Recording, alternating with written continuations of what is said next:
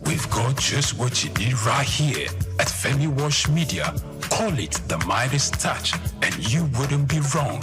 Let us record, produce, mix, and master your audio like nobody does. Reach us on our contact today for the best quality job.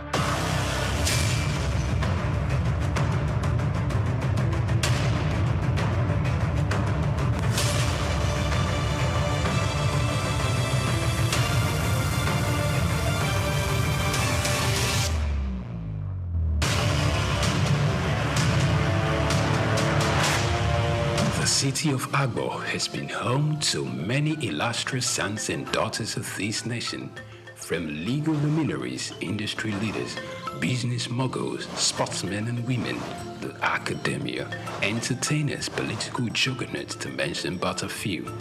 Because of its peculiar location, connecting the southeastern to northwestern Nigeria, it is a melting pot of both commercial and agricultural services with a diverse population of residents and settlers.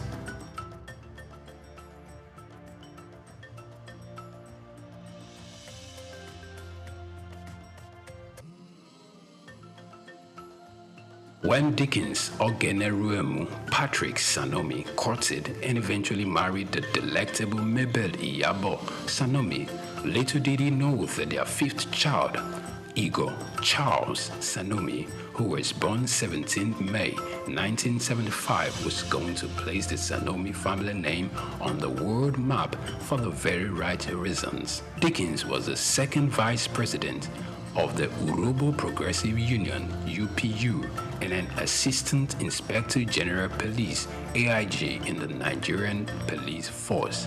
His mother was a Yeye Jemo, tribal chief of the Ishotun Ijesha Kingdom in Osun State, and also a nurse. Patrick's father did practice law in England before returning to Nigeria. Igor obtained his bachelor's degree in geology and mining from the University of Jos. Like many before him, achieving the level of stride he has made didn't come by sheer wishes. His interest in the oil and gas sector was sparked in his final year at the university. He had a friend who interned in a local physical oil trading company, First Furs, and every day that he came back, he talked unendingly about the things he had learned and the prospects in the oil and gas sector. Overwhelmed by the persistent talks by his friend, if you call it that, the desire for physical trading grew on him, creating a lasting impression in him. So while many of his colleagues daydreamed about the prospect of working in one of the major oil and gas companies in the country, after graduation, the prospect of trading never left him for a second. In his final year at the university, he voraciously read everything on physical trading he could lay his hands on, looking for a more appropriate time to get into the business. He did find the opening he was looking for. Back then, it was common for local Nigerian businessmen to bid for fuel import contracts from the state-owned oil company, and then, upon winning the contracts, they resold the contracts to foreign oil trading companies for a tidy sum without lifting a finger. But for him, this was the break he had anticipated for a long time. He set out to get some of these businessmen who won the contract and offered them a mouth-watering deal they couldn't resist.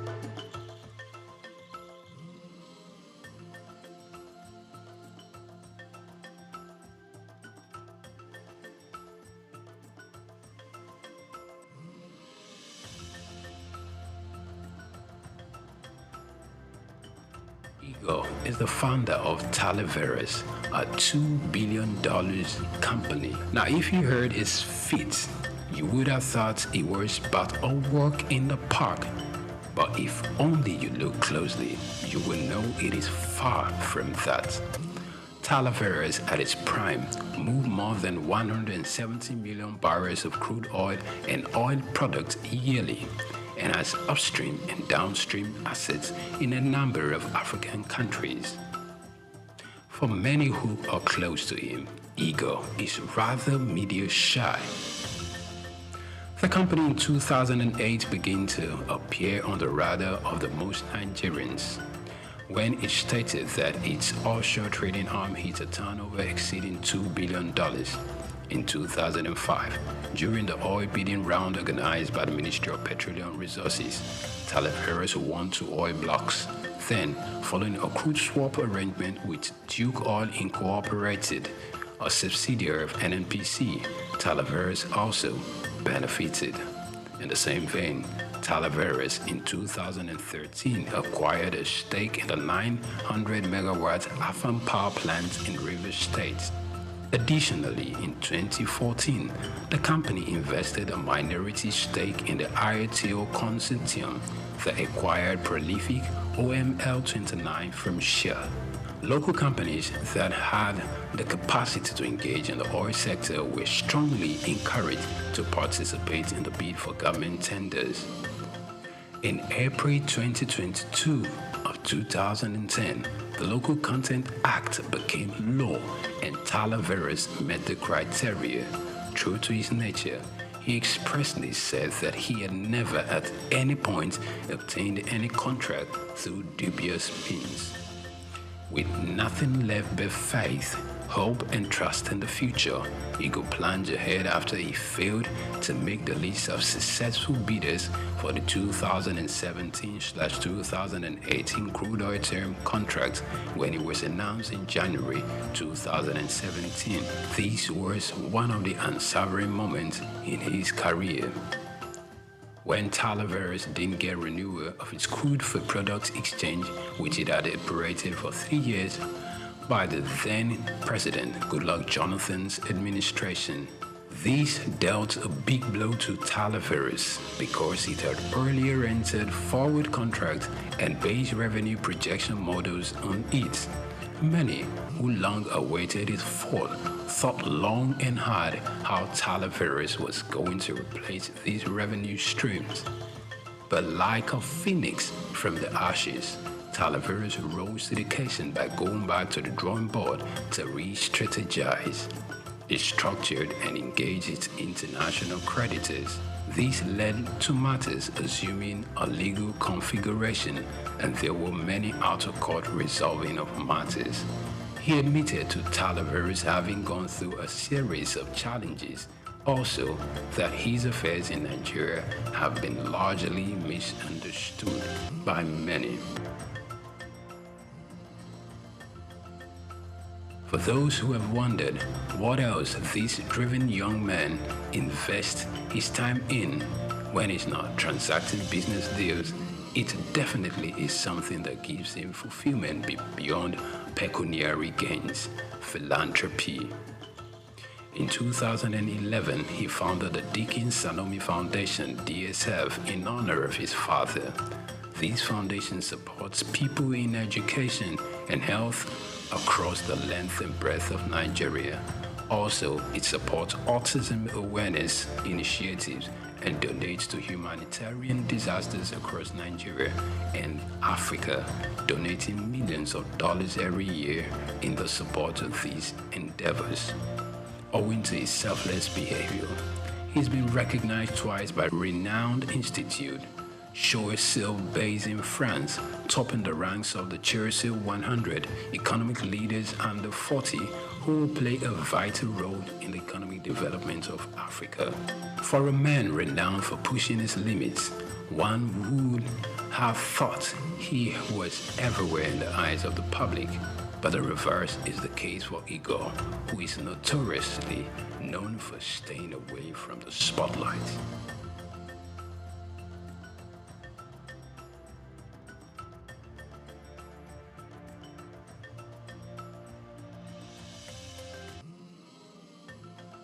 In 2014, he was awarded a Papal Medal of His Holiness Pope Francis for his ongoing dedication to the Catholic Church and support of the Vatican's mission in Nigeria. He donated to cancer research through the Bobby Moore Fund for Cancer Research in the UK to help fund prostate cancer research. This earned him the Martin Luther King Jr. Award, which was held in Washington, D.C. in 2016.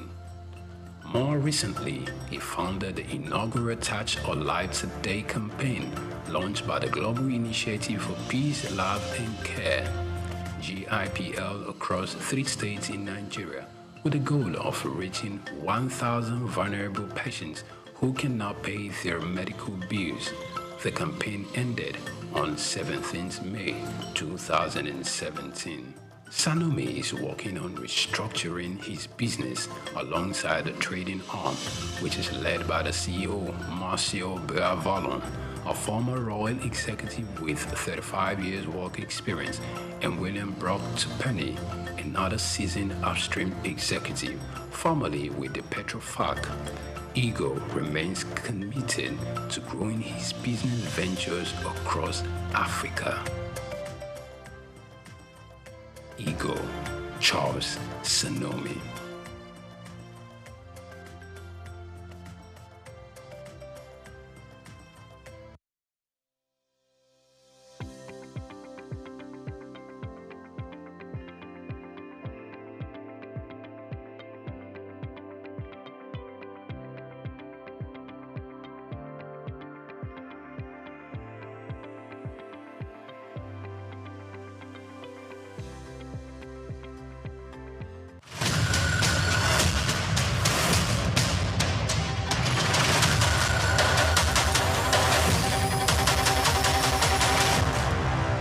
For centuries, Egypt stood at the center of power, but its wealth and strategic position made it a target. What followed was a long struggle between empires. Egypt's riches and stability drew the attention of foreign powers. Over time, control of the Nile region became a prize fought over by some of the greatest empires of the ancient world. Among them were the Persians, who conquered Egypt and brought it under their rule. Later came the rise of Macedon. In 332 BCE, Alexander the Great entered Egypt, not as a destroyer, but as a ruler who would reshape its political future. He founded Alexandria, a city that would become a major center of trade, culture, and administration. Egypt was no longer just an African kingdom. It had become a strategic asset in a wider global context. Empires fought not only for territory, but for control of trade routes, food supply, and regional influence. The Nile Valley's agricultural output made Egypt a vital economic hub. Whoever controlled Egypt controlled grain production, trade access, strategic positioning between continents. In many ways, Egypt became one of the earliest examples of geopolitics driven by economics. This clash of empires marked a turning point. Africa was no longer isolated from global power struggle. External forces would continue to shape the continent's trajectory, often driven by its resources and location. Today, Africa still sits at the center of global competition, from trade routes to natural resources. The difference, the players have changed, the stakes remain, and as history shows, who controls value often controls power. This map shows Egypt's position connecting Africa to the Mediterranean and beyond.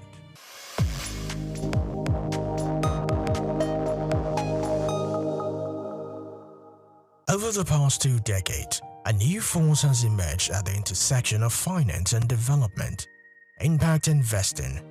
It promises something ambitious: to generate profit while solving the world's most pressing social and environmental challenges. But beneath the promise lies a deeper question: is impact investing truly transforming lives or reshaping power in global finance? This is SOUQ News Special Report. Impact investing is part of a broader shift in global finance, one that includes ethical, sustainable, and responsible investing.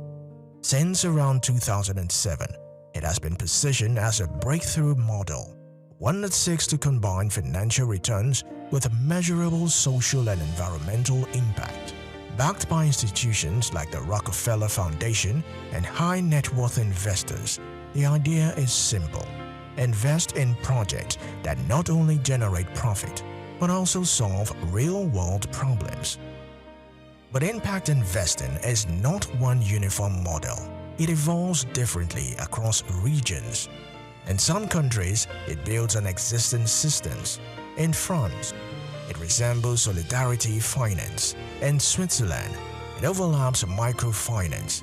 In the United Kingdom, it led to innovations like social impact bonds, where private investors fund public services and are repaid only if results are achieved. Yet, not all experiments succeed. Initially, weak institutional support slowed adoption. Across regions, success often depends on alliances between governments, investors, and development organizations. Despite its promise, impact investing faces a critical challenge: measurement. What exactly counts as impact? The answer is often flexible, sometimes too flexible. Analysts warn that the concept's vagueness allows investors to shape narratives highlighting success while downplaying shortcomings. In some cases, this flexibility shifts power towards investors, leaving entrepreneurs and beneficiaries accountable to financial expectations rather than social realities. Evidence from emerging markets, including Nigeria, suggests that entrepreneurs may lose independence as investor priorities take center stage. For Africa, impact investing presents both opportunity and risk. On one hand, it unlocks capital for critical sectors: healthcare, agriculture, education, and clean energy. On the other hand, it raises questions about control. Who defines impact? Who benefits most? And whose priorities shape development? As states and development institutions increasingly rely on private capital, there may also be ceding influence, allowing financial markets to play a central role in shaping public good. At its core, impact investing is a hybrid model, blending public purpose with private profit. But this hybrid raises critical questions. Can markets truly deliver social justice? Does measuring impact improve outcomes or simply repackage them? And is this a solution or a restructuring of global power? Impact investing represents one of the most ambitious ideas in modern finance: the belief that capital can do good and do well. But as this model expands across Africa and beyond, the challenge remains: ensuring that impact is not just promised, but truly delivered.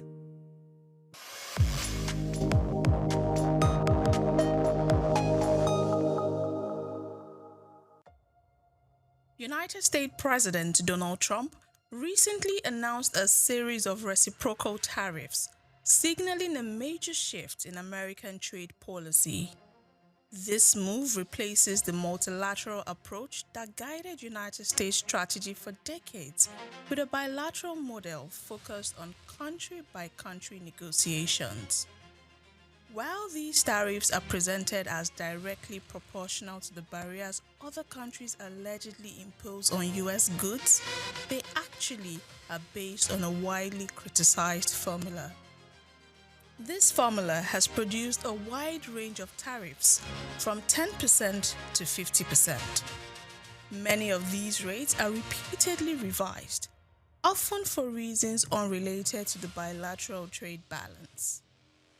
This approach hits the world's least developed countries particularly hard. Consider Lesotho. For decades, successive United States administrations helped the country develop an export-oriented apparel industry through the African Growth and Opportunity Act, creating roughly 40,000 jobs. In 2024, Lesotho exported $237 million worth of goods to the US, but imported only $2.8 million in return, largely due to its landlocked status. Under the current administration's agenda, this translates into some of the steepest tariffs imposed on any nation. Although an initial 50% tariff was later reduced to 15%, and it remains a serious threat to Lesotho's economy. This regime doesn't just undermine World Trade Organization rules, it strikes at the heart of the multilateral trade system. Across the continent, economies are in the crosshairs. The United States delayed full implementation of these tariffs until August 7th to allow for bilateral negotiations, a move that further signals a global shift toward ad hoc bilateralism. Already, 75 countries have reportedly approached the administration to strike their own deals. A prime example is the Economic Prosperity Bill between the US and the UK. However, critics note that this limited tariff quota deal fails to substantially liberalize all trade, violating both GATT Article 24 and the most favored nation principle. Similar bilateral agreements have been reached with Vietnam, the Philippines, and Japan, with adjusting tariffs ranging from 15 to 20%. So far, no African country has secured such a deal. Zimbabwe was the first to respond, perhaps prematurely, by suspending all tariffs on US imports in a show of goodwill. Meanwhile, major economies like Kenya and South Africa are still struggling to secure favorable terms amid mounting domestic pressure. Regardless of the outcome, the US has clearly shifted to a transactional strategy. They are offering selective tariff relief in exchange for specific concessions or access to strategic resources like critical minerals. This take it or leave it bargaining leaves developing countries with little room to maneuver. Without the protection of the World Trade Organization, African nations could be pressured into exploitative agreements targeting strategic sectors such as raw materials, areas where Africa holds significant leverage but often fails to use it effectively. To prevent this, African countries must form a united front. By bargaining collectively, governments could leverage their strategic assets to protect the continent's economic interests. This includes pushing for exemptions for textiles, coffee, and minerals such as cobalt and lithium. Long-term resilience will require opening new export markets, strengthening South-South cooperation, and deepening regional integration through the AFCFTA. Africa cannot afford to be a passive observer. Through coordinated strategic action and assertive diplomacy, its government can help shape a fairer and more equitable global trading order.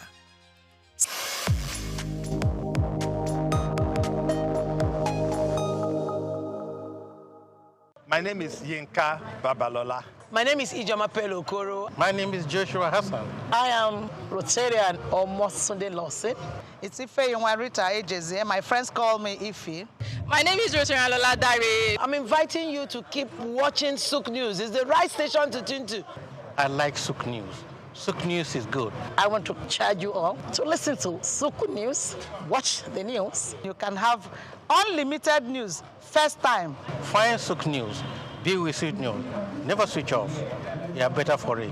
SOUQ News is the real thing. Listen to their coverage and you'll be glad you did. Turn to your YouTube, turn to your Instagram, turn to all your digital channels and look for SOUQ News. Keep watching.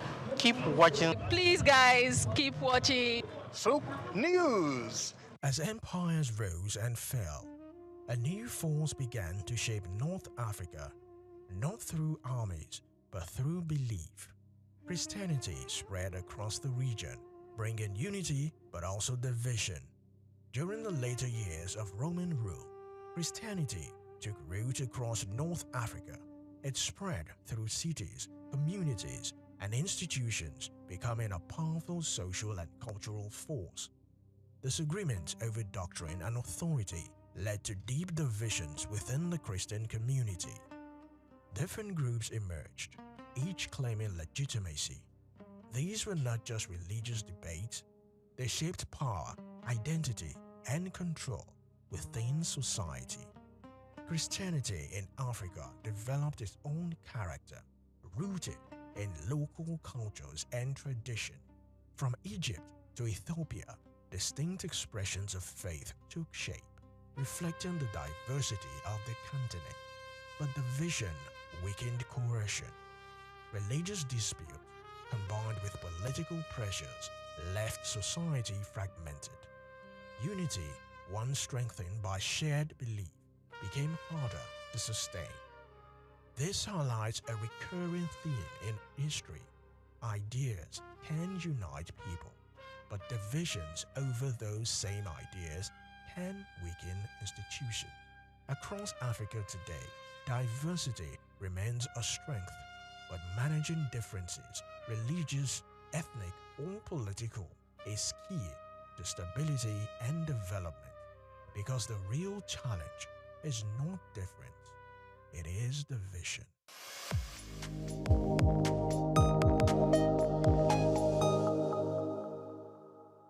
Dr. SOUQ A. Adedeji, whose leadership has significantly transformed Nigeria's tax administration, is a distinguished first-class graduate in accounting from the prestigious Obafemi Awolowo University, Ile-Ife, and he currently serves as the chairman of the Federal Inland Revenue Service, FIRS.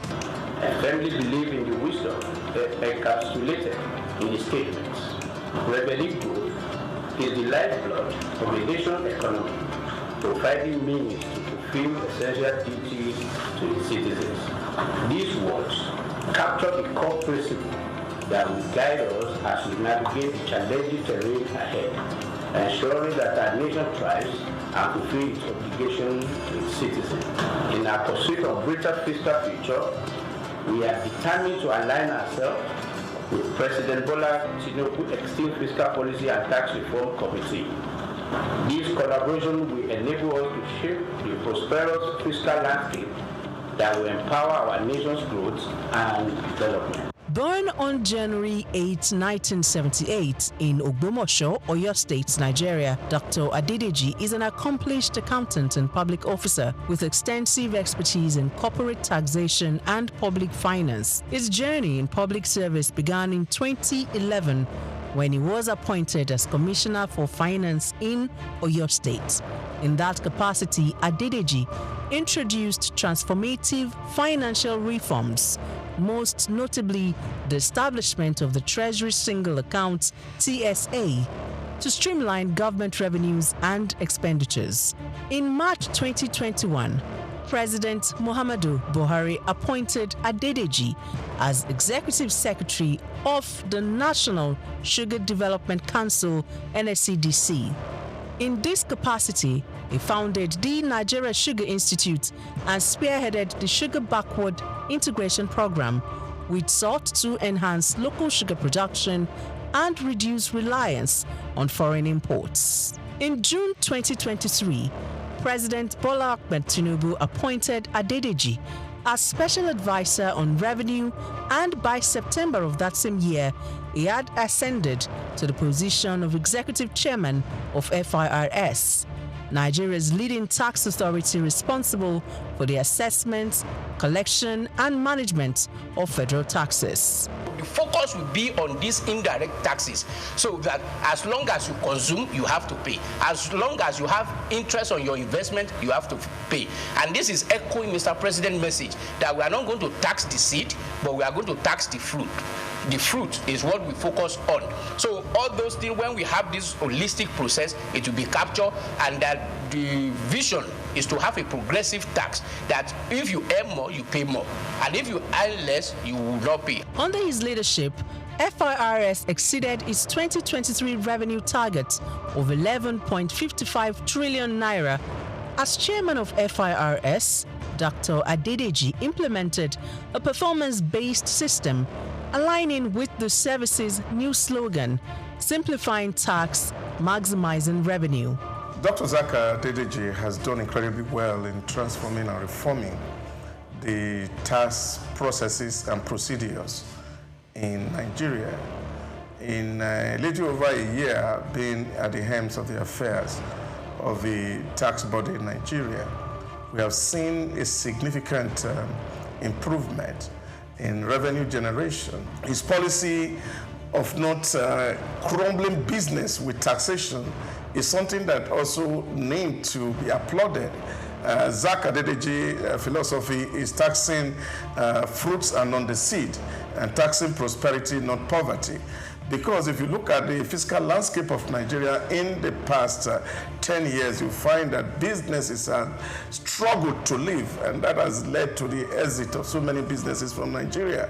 But with this new reform, we're saying that the businesses will profit from the reform processes, and that will mean more business for Nigeria. We will have a lot of foreign inflow in terms of foreign direct investment that will actually drive the process of economic growth for the country. And I think he has done so well, and he deserves a kudos, especially for taking the giant stride to restructure FIRS for efficiency, for accountability, and for value for money. He has also made the welfare of the staff a top priority, fostering a positive working environment that has brought smiles to the faces of FIRS employees nationwide. Supporters of the tax reform bills highlight several key benefits, harping on the need for streamlined tax processes that could reduce bureaucratic hurdles and foster an environment where businesses can thrive. He has initiated a lot of reform which dovetail into the tax reform bills that is before the National Assembly. This initiative is to improve on the tax administration system in Nigeria with a view to improving on the collection systems that will be beneficial to every member of the Nigerian state. SOUQ, as is well known, has improved on simplifying tax reform even within the federal landowner revenue, which in no means has improved on tax administration, and he celebrated essentially for the core initiative of the tax reform.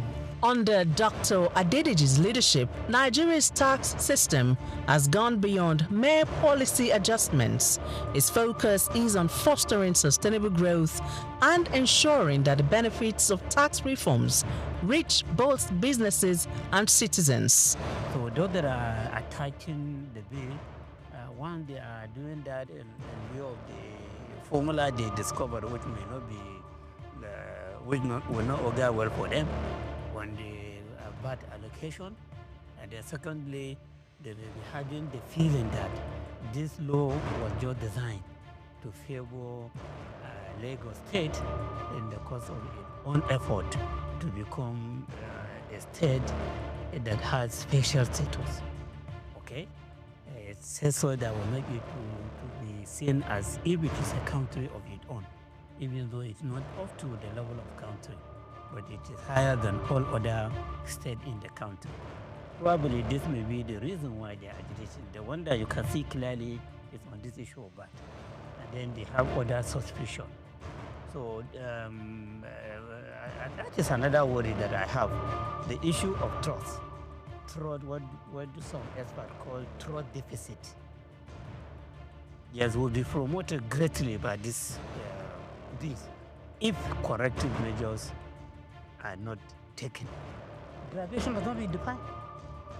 But then people have to go by what is happening now. As they go against it. Since now the graduation is about contribution of state that are producing these goods and services being consumed.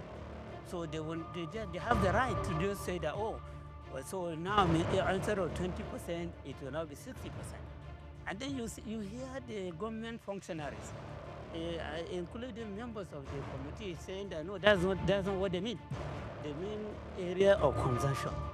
This 60% graduation is about consumption area, not location of the headquarters of company that produce the good or services. You should have defined that in the law.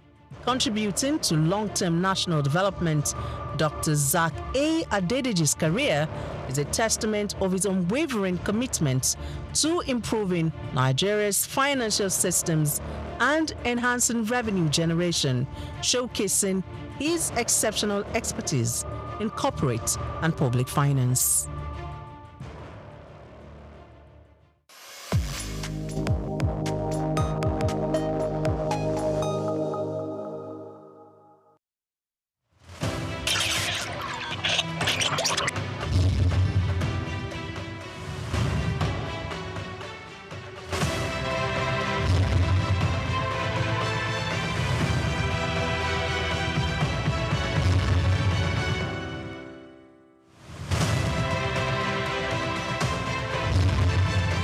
The Nigerian National Medicine Development Agency, NNMDA, was created in 1997 and backed by Act 2019 to enable the federal government of Nigeria through Federal Ministry of Science, Technology and Innovation actualize its critical and strategic mandates to research, develop, document, preserve, conserve, and promote Nigeria's natural medicine defined as indigenous medicine. 4 Director Generals had steered the affairs of the agency since its creation 28 years ago.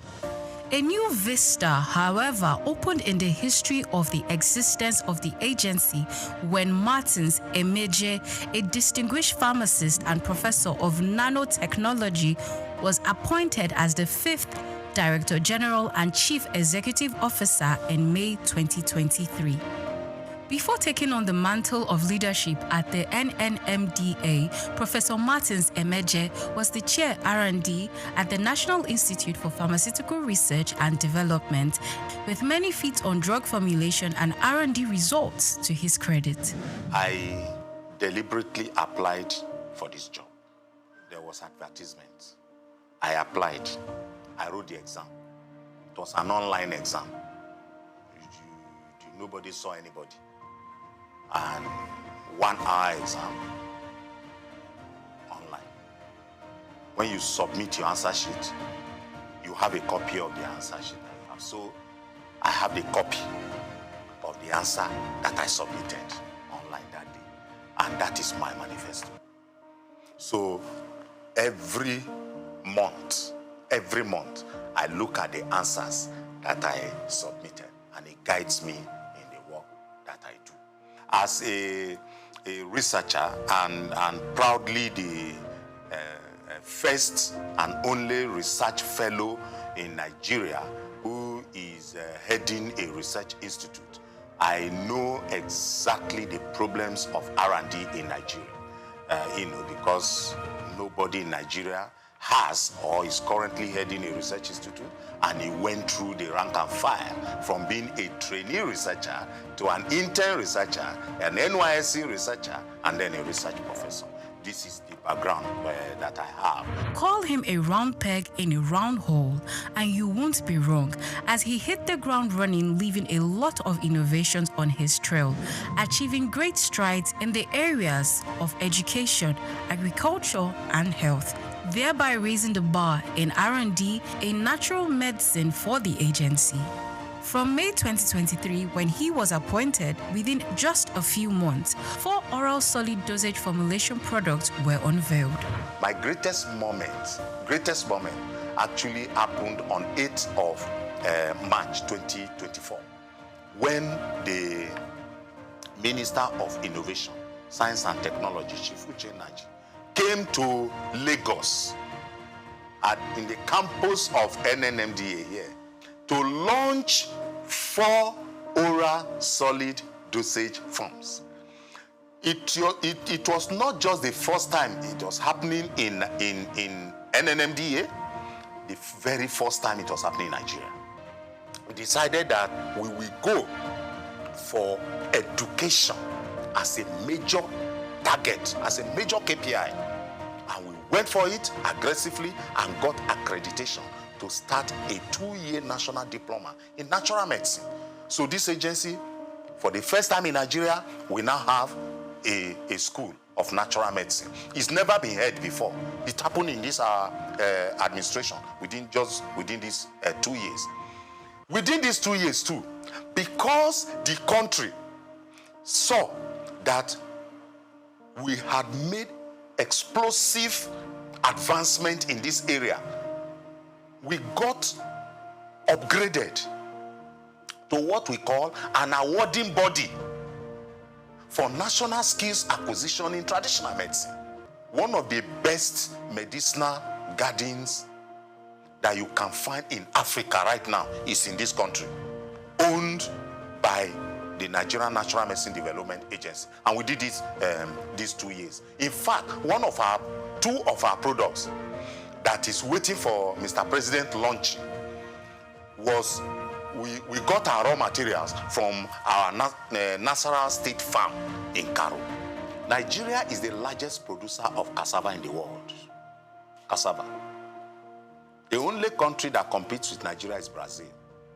Yet, Nigeria does not have value-added cassava products. Yet, Nigeria imports starch to make pharmaceutical products. We made a presentation to the National Assembly, and the Senate of our National Assembly supported us. So we went into development of pharmaceutical grade starch. Today, we have pharmaceutical grade starch. In health itself, we have developed and submitted to NAFDAC about 23 different products. 23. And they are all at advanced stage of NAFDAC's regulatory assessment at this point. Now, 3 of such products plus 5 of what we did the previous years is available, and people, because we are a research institution not capacitated or competent by reason of mandate and skilling to do marketing, we do proof of concept, and we wait for entrepreneurs of pharmaceutical industries, nutraceutical industries, food industries to come take them to the market, right? But we also owe, because, like I said, the huge component of the Renewed Hope agenda is that people should be attended to, so that they know that they cannot lose their hope completely in their country. So in this environment, anybody who wants drug for hypertension, for malaria, for erectile dysfunction, for arthritis, for diabetes, for hepatitis, for about at least 8 different disease areas, they come to our pharmacy here to get the drugs. The past 2 years, under the leadership of Professor Martins Emeje, has seen human capacity development like never before. A development that propelled the agency's researchers into breaking new ground.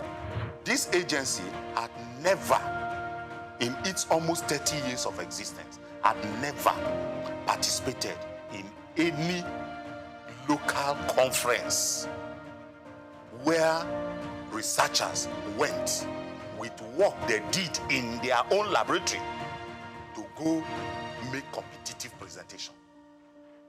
In our maiden outing, in these 2 years, we won 2 awards. We went out for the first time and we got 2 awards. We took first position and we took third position.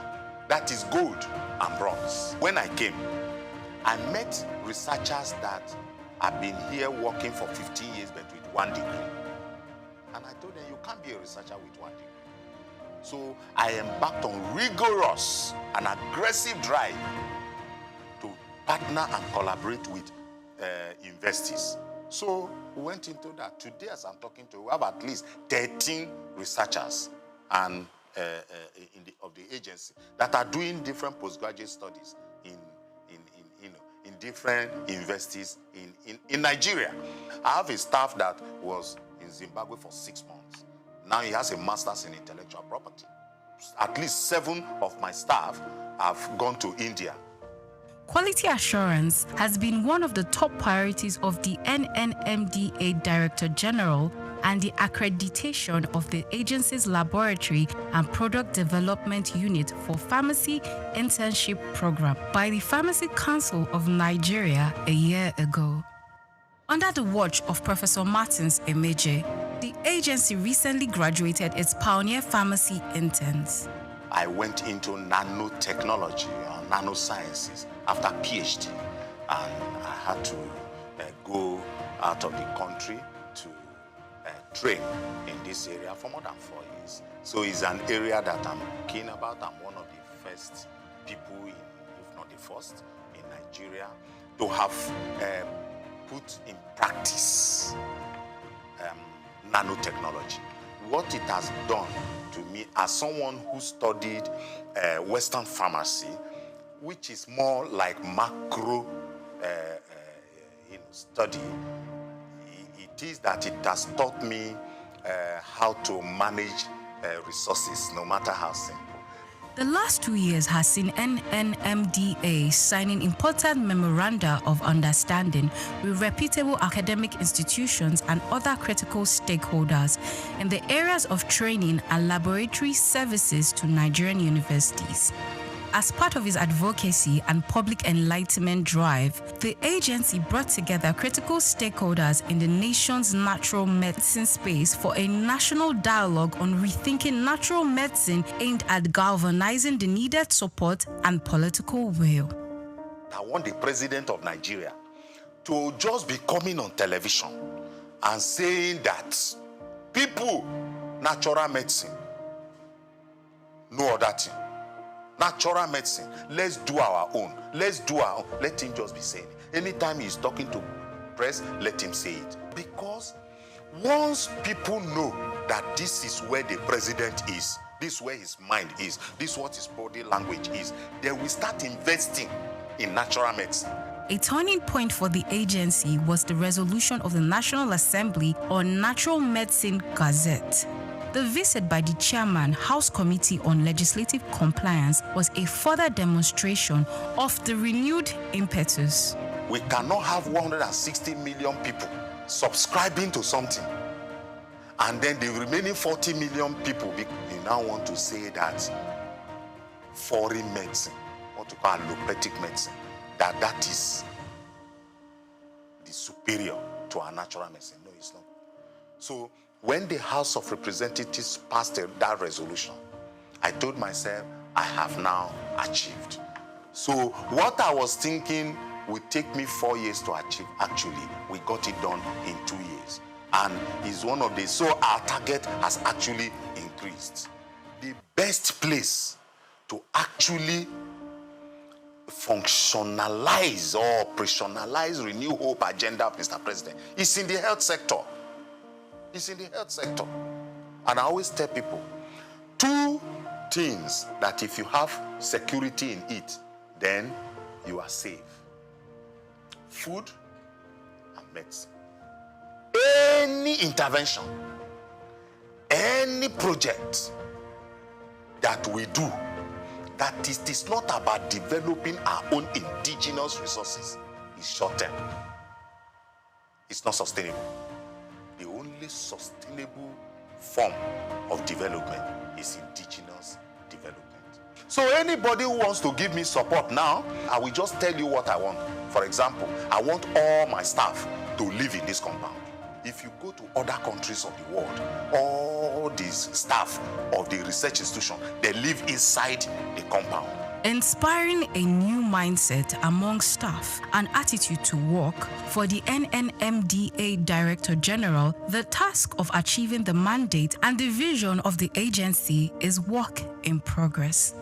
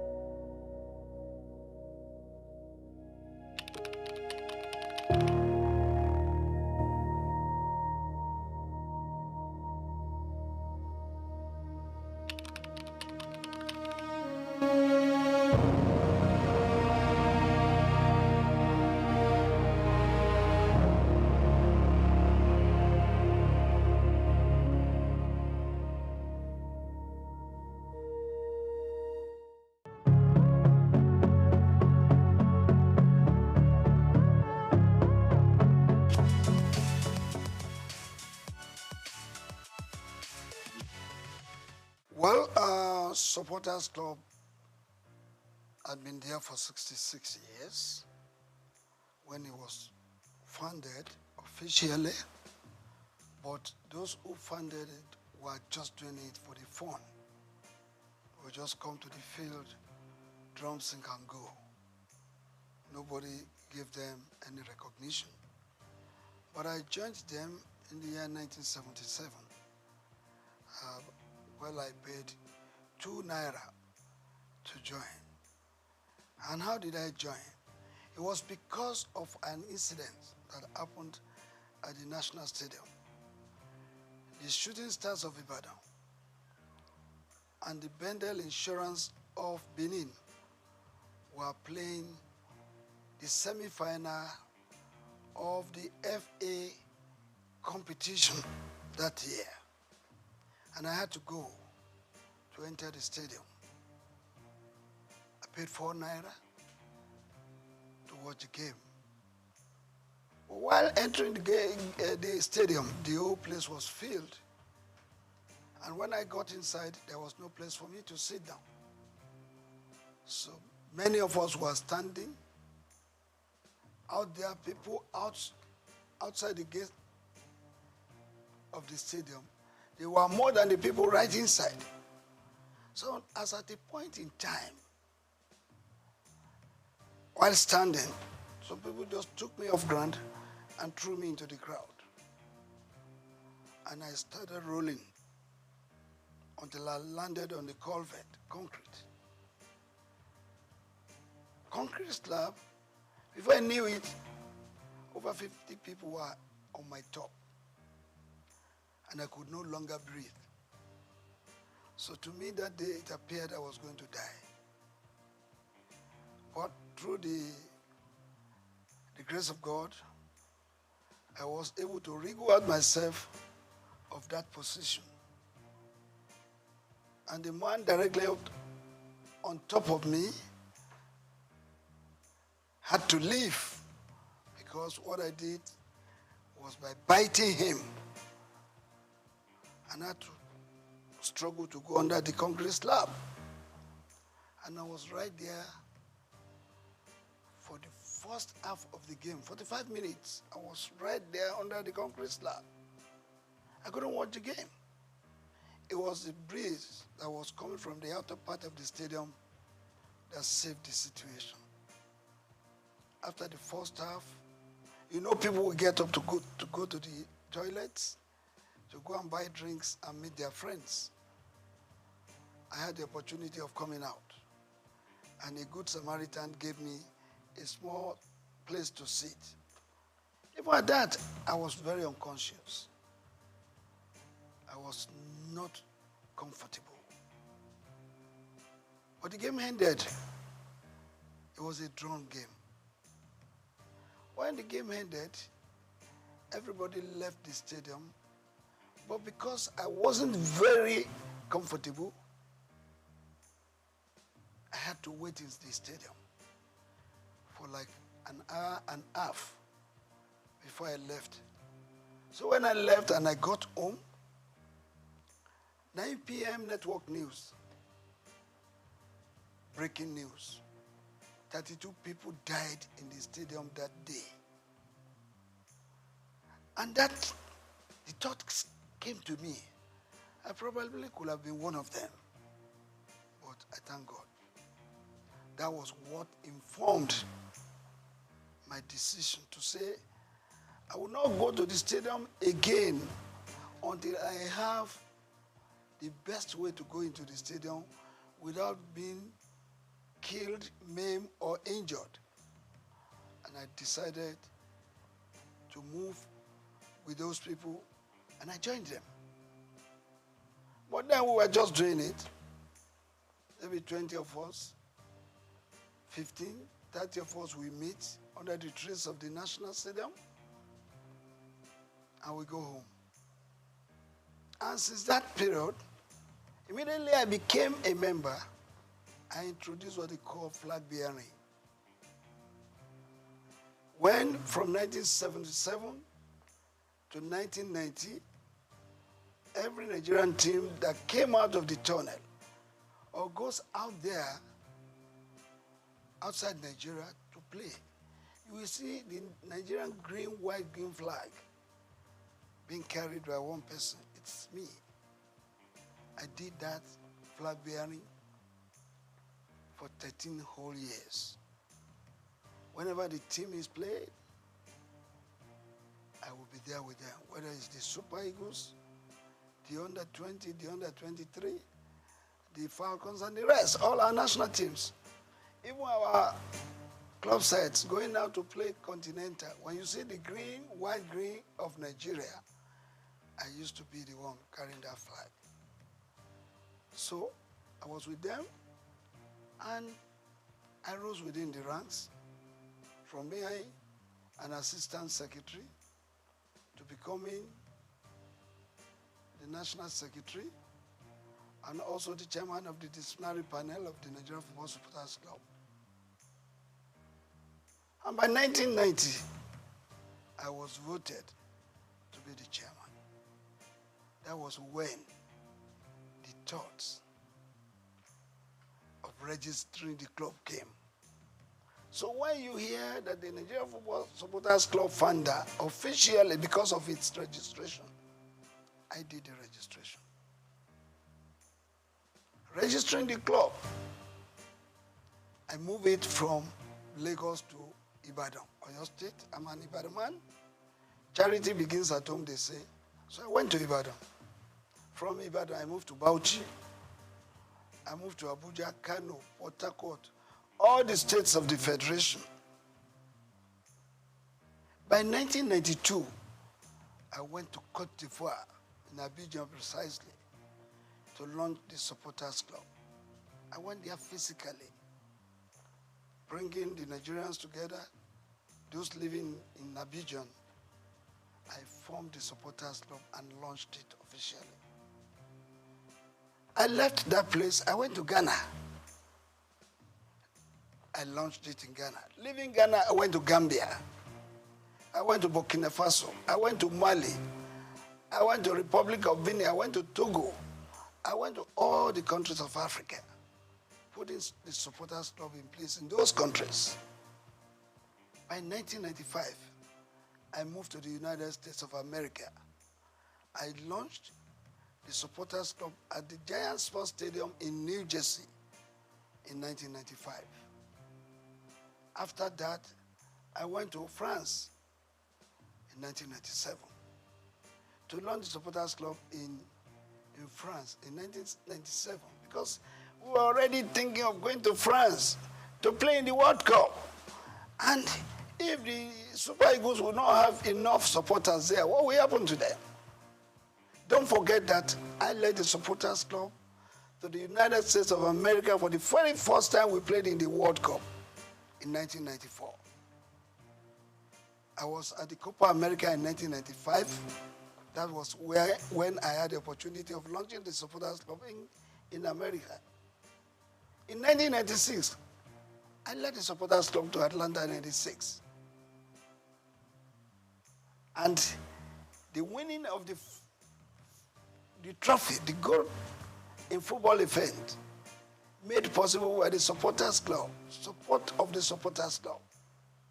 Because when you listen, when that match, you remember that we played a match with Brazil in the preliminary stage, and we lost 1-0. But we had the opportunity again to meet them during the semi-final. And during the semi-final, Brazil had given us 3 goals. We were trailing 1-3 at the interval. And when the second half came up, we were given a penalty, I think 25 minutes to the end of the game. One of our players, I don't want to mention the name, but he knows, he lost that penalty kick. That was when God told me, sing this song. It's a miracle working God. It's a miracle working God. He's the Alpha and Omega. He's a miracle working God. Of course, my members chorused. Indeed, miracle came. We scored the second goal. And the then Minister of Sports, Chief Jim Nwobodo, came to our stand and said, let it go. I heard you guys singing, it's a miracle working God. It's like God is going to make a miracle to happen today. I said, yes. And we continued. I changed the song. I have a Father who never fails.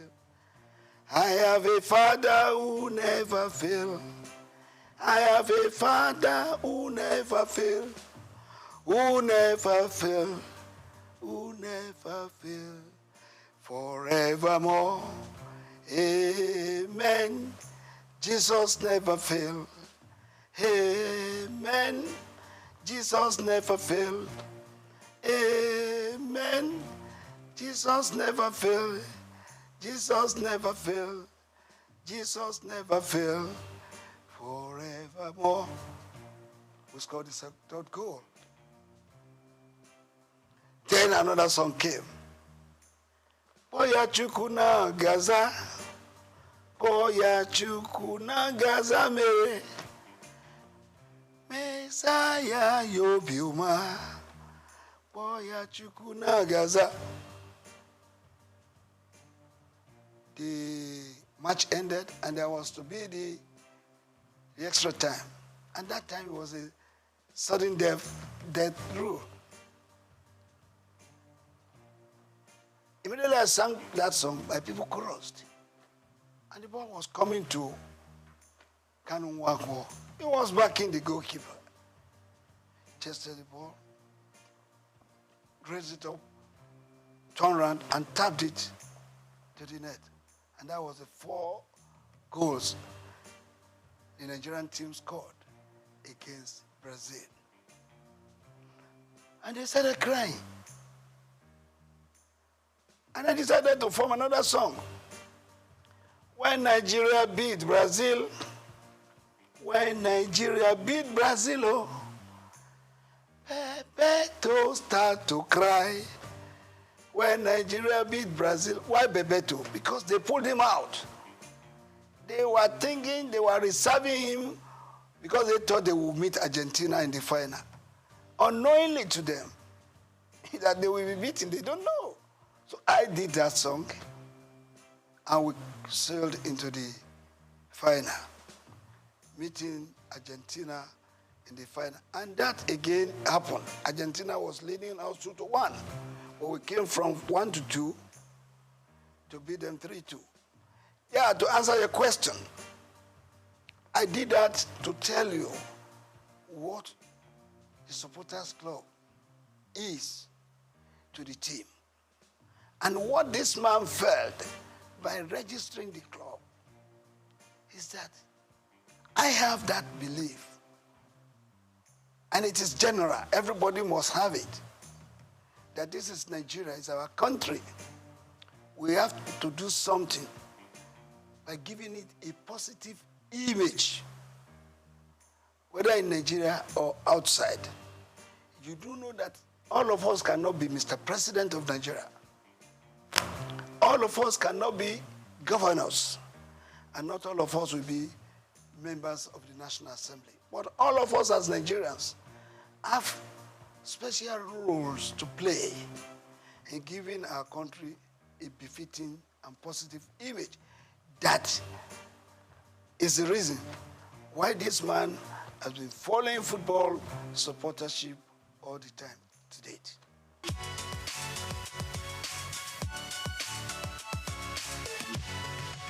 Well, I want to tell you, like I said earlier on, the grace of God has been the secret. The other secret is that my members, I get them reoriented to believe in my vision. All of them supports what I was doing. They all love this country. They want to contribute their own to the good name of Nigeria. That has been the secret. And don't forget, any member of the supporters club should be referred to as a patron par excellence, because they are not paid. They are not giving any allowance. They use their time, their money, even at the risk of their lives, to support the cause of Nigeria through supportership. Well, majorly, it is funding. The challenges is funding, because if you have to support the team, yes, they are playing in Lagos, you may not spend much money. But when they are playing in Enugu, they are playing in Uyo, they are playing in Abuja, you need money, no matter how. But come to think of you traveling with 100, 200, 300, 600 supporters outside Nigeria. They will not go by road. They will go by air. It's a lot of money that we need in running the supporters club. So our main challenges has been that of funding. But I can assure you that God has been good to us. We have had some philanthropists, some organizations who have come to assist us by way of supporting us, giving us a lot of money. And if you will not mind, I will have to put it on record that the very first company that supported Supporters Club was Coca-Cola. Coca-Cola did it for 2 years. They could no longer do it. Then for 1 year, MTN did it. They could no longer sustain it. But later we got Globacom. Dr. Mike Adenuga Jr.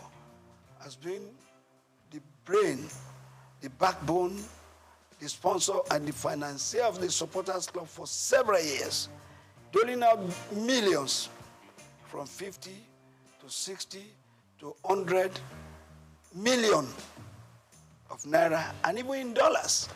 So that has been the way, that has been how we have been able to surmount it. We have some philanthropists. We have Taiwo Afolabi, who has always supported us whenever we are going out. I remember Alhaji Aliko Dangote in 1996. He supported us. And some other Nigerians too. Esther Ajayi, when we were going to to Russia 2018, I went to this woman and I told her our problems. The second day, she was able to give us 20 million. I went to meet the then governor of Lagos State, His Excellency Governor Ambody. He gave me 10 million. The club, not me per se, he gave the club.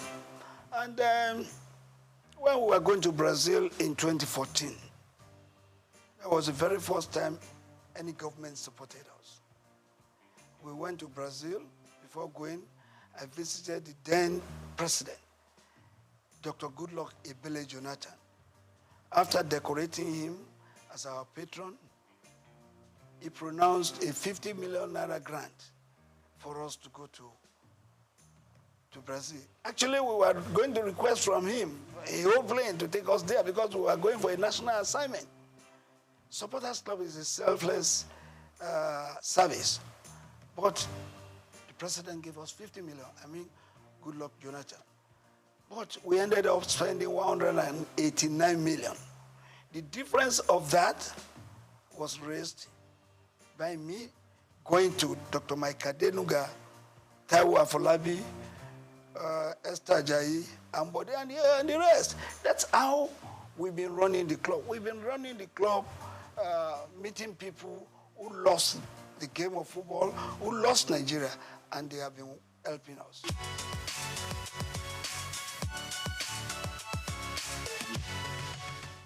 Well, very, very unfortunate. It's a story I hate to be talking about all the time because I've said many things about it more than 100 times. Supporters Club had been there for several years. And Dr. Rafiu Ladipo was the national chairman for just 10 years, from 1990 to 2000. I left that position in 2000. And then somebody else became the national chairman. And that was Alhaji Waide Anderile Yusuf, who was the chairman for 8 good years. After him, there was Otumba Olatunde Bashorun. He was there for 4 years.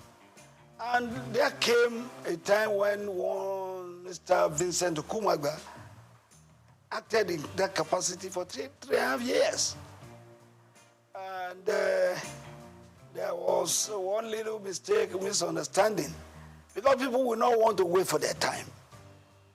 And all I told them is, please, go through an election. Anybody who would not want to go through an election is not supposed to be on that chair of the national chairman.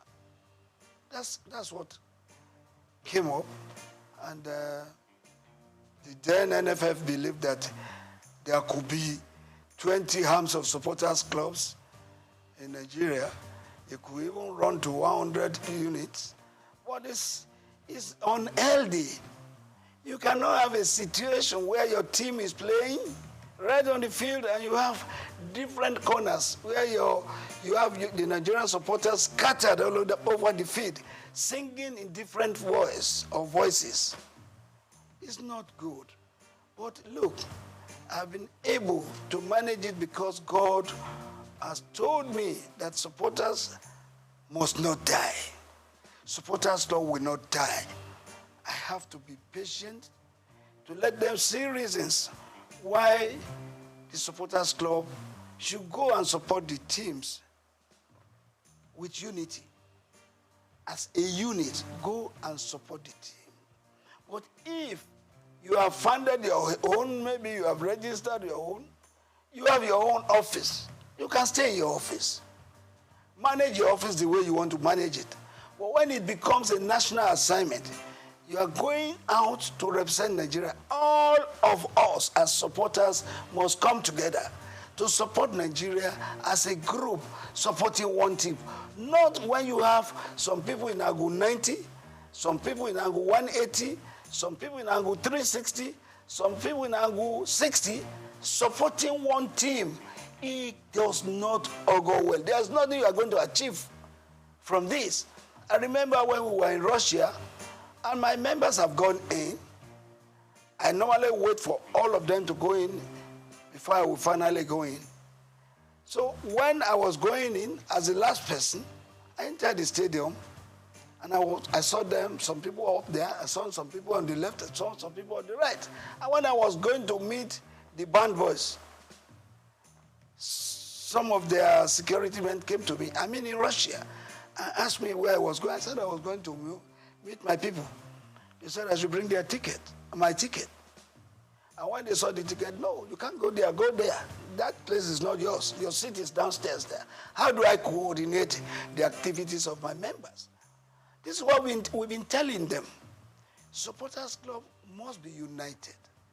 They must come together, sing together, cheer the team together, and let us have a befitting result. When the referee and all the match officials see a group of people, even if you are 200 or 300, converging in one special place together, in your uniforms, in your green and white, and you are singing, they know you have come to support your team. So it takes them every reason to want to do the game better. Well, when you are not there, in a capacity crowd of 90,000, we had 5 supporters here, 2 there, 7 there. When the Argentines were about 87,000 in the field, singing for their team. So I believe that the Supporters Club must be together. I've been able to manage it now, up to now. The national chairman of the Supporters Club as we speak is Reverend Samuel Ikpeya. He coordinates the activities of the Supporters Club in Nigeria. While worldwide, I'm the President General because we have Supporters Club in all the other countries of the world. And when we come together, there must be one person. There must be the head. We have the president of the Supporters Club in Cote d'Ivoire.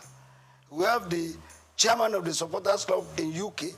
In all Francophone countries, the head of the Supporters Club is called president. In Anglophone countries, the head of Supporters Club is addressed as Mr. Chairman. So the President General is not just what we just came out with. It's because there's a need for it. That's why the President General worldwide comes up. Well, I have told you a lot of people don't want to wait for their time. And when you don't wait for your time, what do you lose? You lose much. There was going to be an election. And I called all of them, go and pick your nomination papers for the election. But some of them would not want to because they want appointments. And I don't believe in appointments because we have a constitution in the Supporters Club that says everybody and anybody who wants to be an officer must contest for election. I insisted that there must be an election. Some people would not want an election because they know, probably they believe they cannot win. They decided to say, oh, let's go our way because we don't want election. That's it.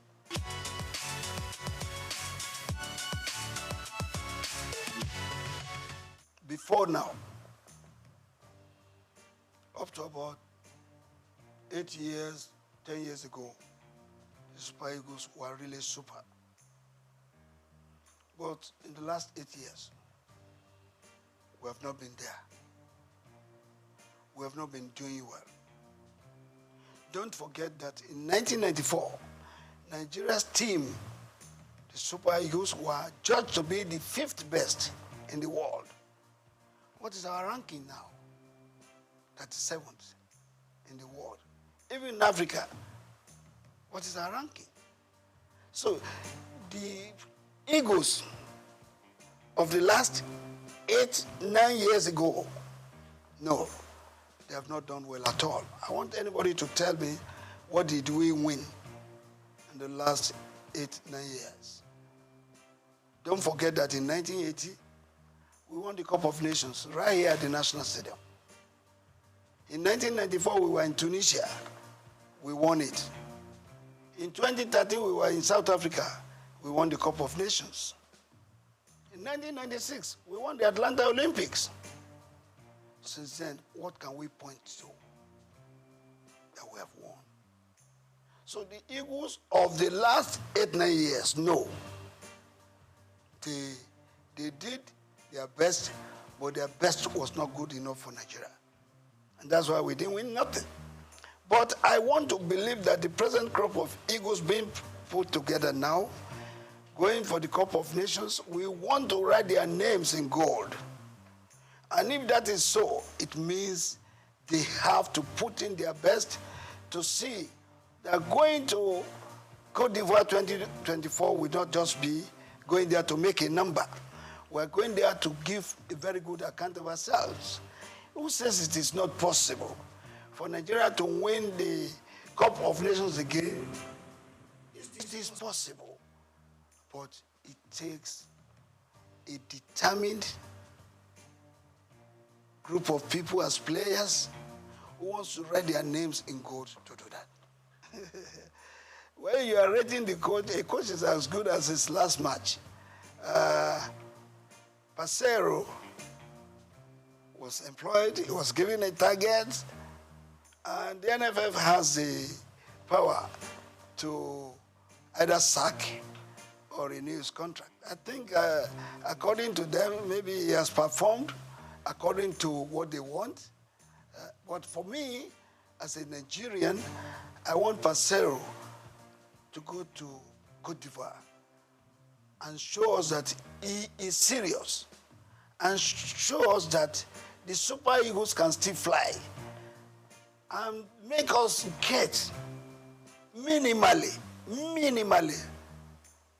play in the semi-final of the Cup of Nations. Anything short of that, no.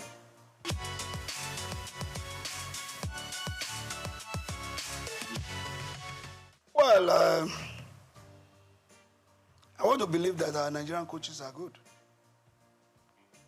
There have been 2 or 3 foreign coaches that have done well.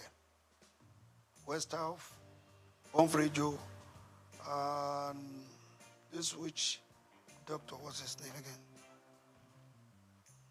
I'll remember his name. This guy qualified us to play in the World Cup with a match to go. The witch doctor.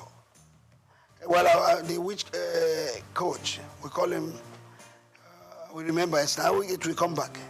So, since then, there's no foreign coach that has done better. I was one of the people that went to London to recruit this man I'm talking about. When we recruited him, he came to Nigeria, and he made us to qualify for the World Cup with a match still to go. Philippe Troussé. I was there in England where we interviewed him. Well, since then, it has been one coach coming to take our money, not giving a very good account of us, of himself. But the Nigerian coaches, let's also praise some of them. Some of them. The late Shuaibu Amadu qualified us to play in the World Cup, even though he did not take us there. The late Stephen Keshi also made us to win the Cup of Nations of 2013 in South Africa. So if that happens, who says the Nigerian coaches are not good? Some Nigerian coaches have proved themselves, but they still need to do more. But these 2 coaches, exceptional. That is the real reason, the real controversy we're having between the NFF and the coaches. You don't hire a coach if you know you cannot pay his wages. You must be ready to pay his salary as at when due. There's no coach who will labor and after which he would have trained your players, and you are owing him salaries of 5 months, 7 months. Which coach will take that? Where is that happening across the world? Nobody will accept that. So that has to be looked into. And that is why the NFF has got to look for serious sponsors serious sponsors and raise funds for them to be self-sufficient, to be able to take all these challenges of paying the coaches wages. That is a big problem. And I think the present NFF board, led by Ibrahim Guzo, will look into that, look for sponsors, serious sponsors who are interested, not just interested, but who are genuinely interested in the Nigerian game and in the Nigerian nation. You may be interested in the Nigerian game, but if you are not interested in the Nigerian game, Nigerian nation, you may not give what it takes to do. You must have the love of this country at heart, and then love the game also.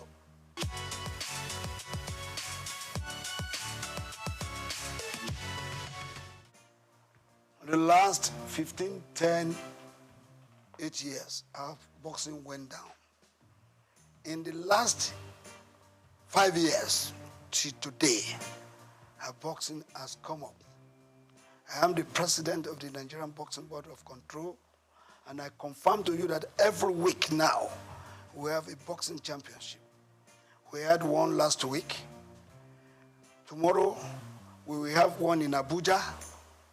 When I come back the following week, there's another one. We have promoters now promoting our boxing events.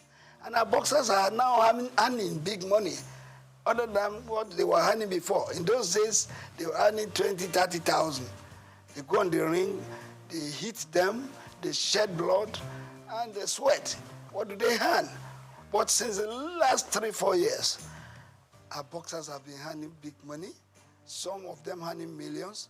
Some of them traveling abroad to earn $5,000, $10,000. And that is made possible because we have a group of people in the Nigerian Boxing Board of Control who respects each other, who respect the boxers, who respects the coaches, and who respects the promoters. Take, for instance, I'm sorry to mention, Go TV. Go TV night every day. They've had about 29 Go TV sessions. You know what that means? Go TV for every boxing fight. They don't spend less than 20 million. They even spend more. And our boxing now is being watched all over the world, if not just Africa.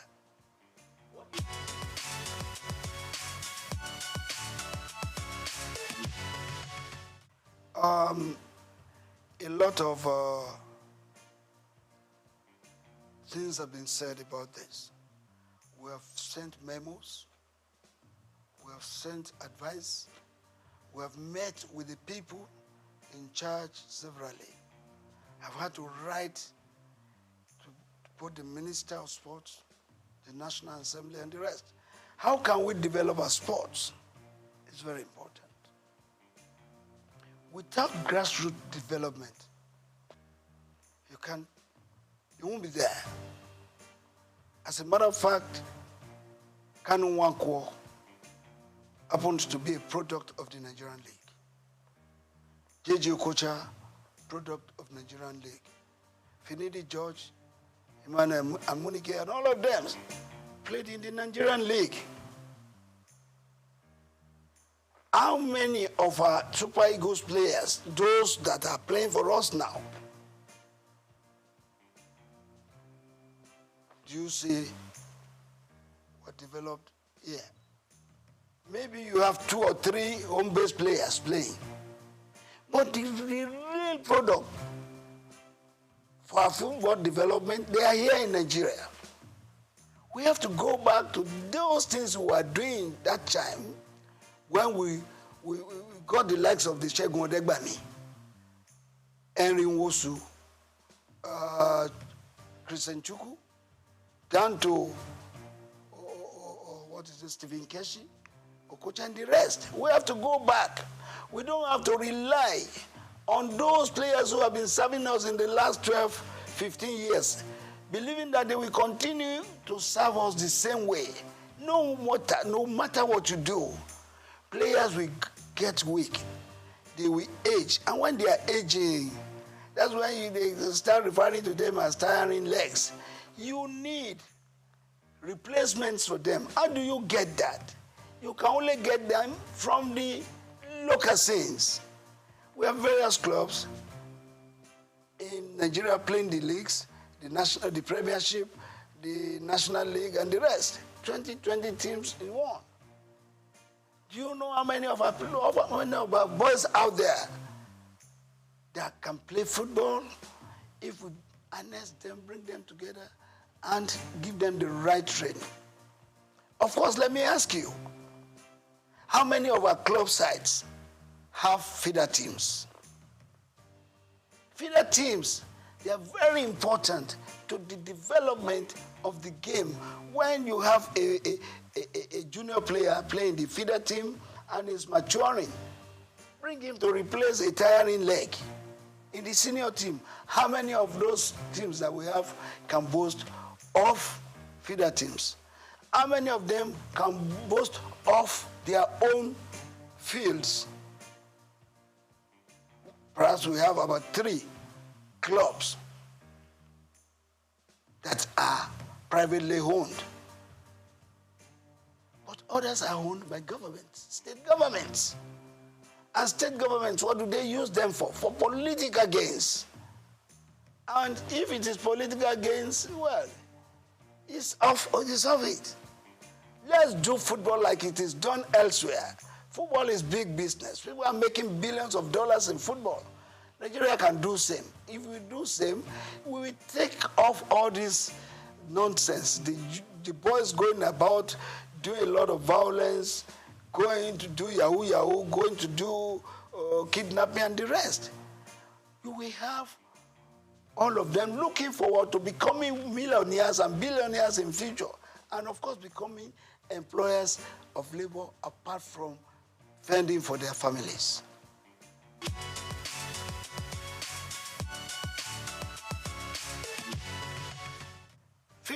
Above 50 football. Yeah, it's above 50. I'm the chairman worldwide for that. And my president is Ambassador Edward Olutoke, who has given his support, his finances to be able to do this game. The thing is this: if you have played football, you have played up to the level that you are about 40, and you are no longer playing, you are no longer doing what you know how best to do, you now go and sit down, not doing nothing. Boredom sets in. And within that period, rather than getting fit, you are aging. Some of them developing sickness, various sicknesses that they ought not to have. But because they were no longer doing what they know how best to do, they sit down. So the concept is bringing them back. Not just the footballers, but anybody above 50 could play football, keeping fit, and above all, living a standard life, making money. There's a way, we have one thing we are developing with the above 50 concept for you to make money. Anybody who is above 50 and has no car of ease or no house of ease or a home has not been living standard. So above 50 concept is not just to play football alone, but to help you to keep fit, to keep you healthy, and make you to live standard life and make money. That is what we are doing. And as I speak with you, Brazil has embraced it. Mexico has written to us that they will want to play with us. The last competition we had 8 clubs. Ajegule, Surulere, Redeem, Etiraikate, Abeokuta, all of them, they came to play at the National Stadium. And the prize, the winner's prize was 5 million, which was paid instantly. The second place was 2 million, while the top place was 1 million. And we put a lot of money in organizing that. We are going to start the second edition very soon. We are now having clubs from Benin, Edo, where people from Abuja, people from Kwara registering to be part of the above 50 football.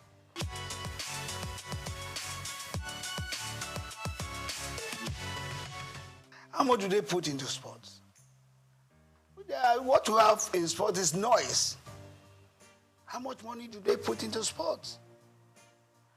They need more money to run sports, particularly the development of the sports, not just taking part in competitions. Because if you have to develop sports, it takes a lot of money. And all those successful countries doing sports, it's because they have put money into its development. So government has got to put more money into the development of sports. Fantastic women. They've done us proud severally, having been champions of Africa for 9 times. I don't think any country in Africa can boast of that. But beyond that, we should also realize that these ladies, they are getting old. Some of them are 40, 38, 36, down the ladder. You need replacements for them. That is why we're asking that we should put more money, we should put more focus in the development of sports, both male and female. I think with what the female national team has done for Nigeria, we owe it a duty to put more money into the development of female football.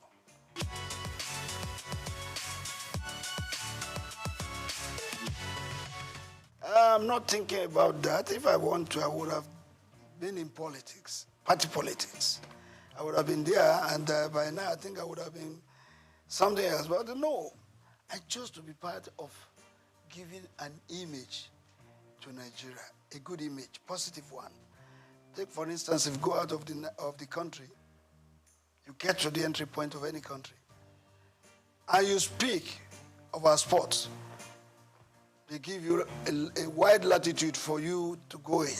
Well, you say when you get there, you speak sports. They ask you, where's Kano? Where's Okocha? Where's Finidi? Where's Amokachi? That means they recognize Nigeria sports. In fact, that's the only thing we can be proud of right now. Every other thing we talk in diversities. But when it comes to sports, every one of us were together. If the Nigerian team is playing and a Christian has to pray, and he say, I pray that the Super Eagles wins today's match. In Jesus' name I pray. Even the Muslim will say amen. So together in sports, we are in this country. Football and sports is a lifeline, particularly football. Football unites not just the states, it unites the country, it unites the countries of the world. So I believe we can do much more in promoting and supporting our sports so that we get the best benefits, as we say. First and foremost, I want to use this opportunity once again to congratulate him on his appointment. I've met him twice now, and I'm going to meet him soon again. And why am I going to meet him is to advise him on what I think from my own views and from what I've seen to improve sports. First, we have talked about it. The development of sports is key. Not just the taking part in competitions. Because if you are not developing sports, you are only taking in competition. If you don't win, what happens? But if you develop sports, 1, you are helping the youth. 2, you are helping the nation. 3, you are growing the economy. And thirdly, you are removing restiveness and restlessness of the youth in the society. I want us to advise the minister to key into the development of sports from the grassroots. Let's go back to the schools. Let's go back to the rural areas. Football is played everywhere. Go under the bridges, you see people playing football. Let the minister put in place, through the NFF, a consortium of coaches that will go to these schools, that will go to these corners. Everywhere in Nigeria, you have talents that can be helped, sponsored, and nurtured to stardom. Once we do that, our sports will improve. And let the minister put his feet there on ground and say, every club that is playing in the Premiership and the National League must have their feeder teams, must have their own fields and other infrastructures to make them develop sports. Thank you very much. I want to pray for this organization to continue to thrive, to continue to blossom in making money, because without money, this kind of things that I hear cannot be sustained. So God will grow you the more, and your business will continue to flourish.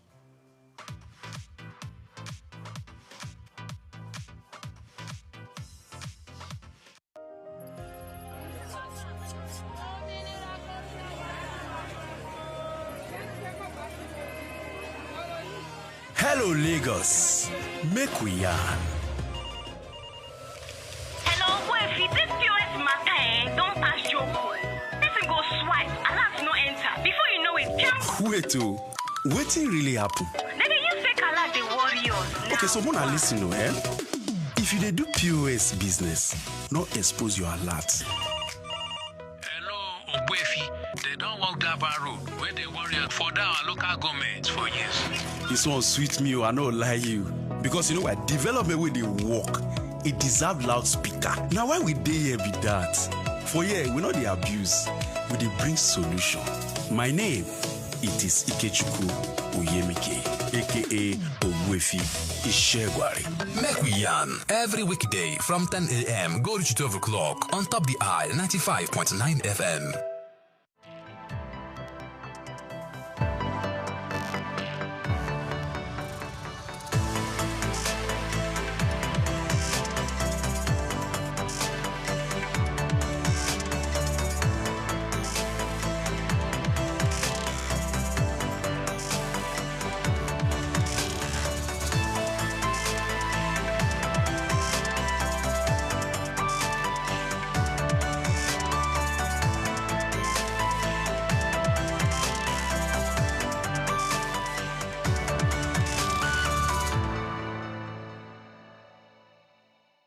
Optimism is a strategy for making a better future, because unless you believe that the future can be better, you are unlikely to step up and take responsibility for making it so. Responsibility is the price of greatness. How else can one explain the thought process of a 24-year-old youth leaving the luxurious comforts in the United States to fill in for his incarcerated father in sub-Saharan Africa, Nigeria, and run a family business holding the fort till stability was achieved? This is the story of Abdul Samad Rabiu, an unassuming, silent achiever.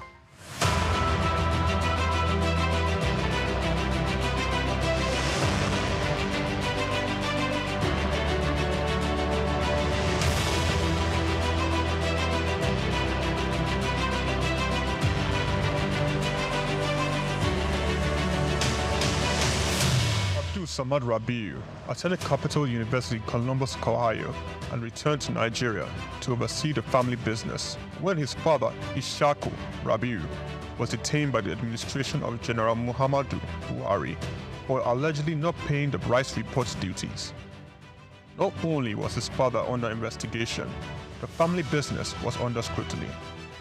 These harsh realities of being thrust right into the middle of it all shaped the young man's resolve to hard work in silence.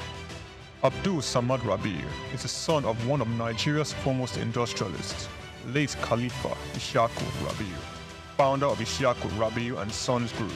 The family operated holding company with a history of investment in manufacturing, insurance, banking, and real estate. In the 1970s, the group invested in manufacturing, with its first investment being the Kano Suits and Packaging Cases Company, a factory producing suitcases and handbags. In 1972, the Bagauda Textile Mill, manufacturing woven clothes for uniforms, importing and trading in different segments of the economy, including frozen food service, sugar, and a motor vehicle and parts distribution company specialized in Daihatsu products. Abdul Samad Rabiu was born with a very big silver spoon in the ancient city of Kano on the 4th day of August in 1960, 57 days to Nigerian independence. 24 years later, responsibility beckoned. He was in the family business till 1988. Abdul Samad Rabiu, following in the steps of the family business to establish